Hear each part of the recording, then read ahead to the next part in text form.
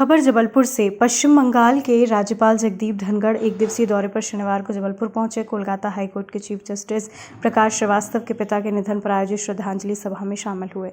पत्रकारों से बातचीत करते हुए उन्होंने पश्चिम बंगाल की अराजक स्थिति पर गहरी नाराजगी जताई। कहा, आज़ादी के बाद सबसे ज्यादा मानव अधिकारों का उल्लंघन पश्चिम बंगाल में हुआ।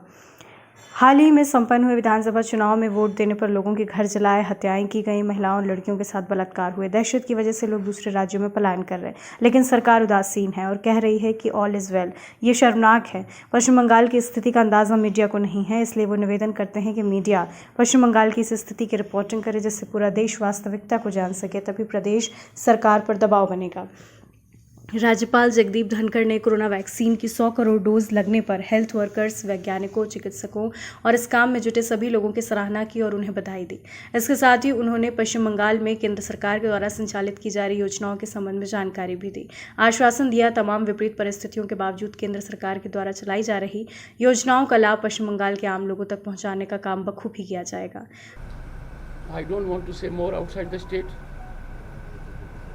but I fear the day when media is in fear. मुझे उस दिन से बहुत डर लगता है। उस दिन से मैं परेशान हो जाऊंगा जिस दिन मीडिया डर जाएगा। मुझे डर लगता है उस स्थिति से जहां आदमी के अंदर का डर इतना भयानक है कि वो अंदर के डर की वजह से अपने डर की चर्चा तक नहीं कर पा रहे।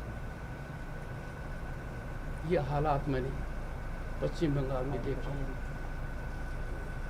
राज्यपाल होने के नाते, संविधान का रक्षक होने के नाते मैं हर संभव प्रयास कर रहा हूँ। मैं आपको सिर्फ इतना कह सकता हूँ, पश्चिम बंगाल के हालात के बारे में बाहर का मीडिया अवगत नहीं है और ये प्रजातंत्र के लिए बड़ा खतरा है, बड़ी चुनौती है। प्रजातांत्रिक मूल्य और मानव अधिकार यही मनुष्य को एक सही डिग्निटी देते हैं। आज़ादी के पश्चात पहली बार जो भयावह स्थिति देखी पोस्ट पोल वायलेंस की, कल्पना नहीं कर सकते। 3 दिन तक राज्यपाल पूरे प्रांत में घूमा। नॉर्थ बंगाल गया, नंदीग्राम गया, कूच बिहार। लोग अपना घर छोड़कर दूसरे प्रांत में चले गए। उस कैंप्स में मैं गया। ऐसी स्थिति में भी सरकार यदि अगर उदासीन रही, कोई कदम नहीं उठाए और एक ही बात कहे, ऑल इज वेल, इसमें मैं औरों के अलावा आपसे विनती करूंगा, अनुरोध करूंगा और पुरजोर प्रार्थना करूंगा। पश्चिम बंगाल के हालात का आपको आकलन करना चाहिए।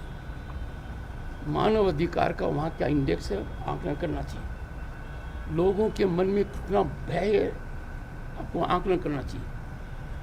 क्या प्रजातंत्र में अपनी मनमर्जी से वोट देने की सजा मौत हो सकती है, घर की आगजनी हो सकती है, बहन बेटी का रेप हो सकता है, आपका धंधा उजाड़ दिया जाएगा।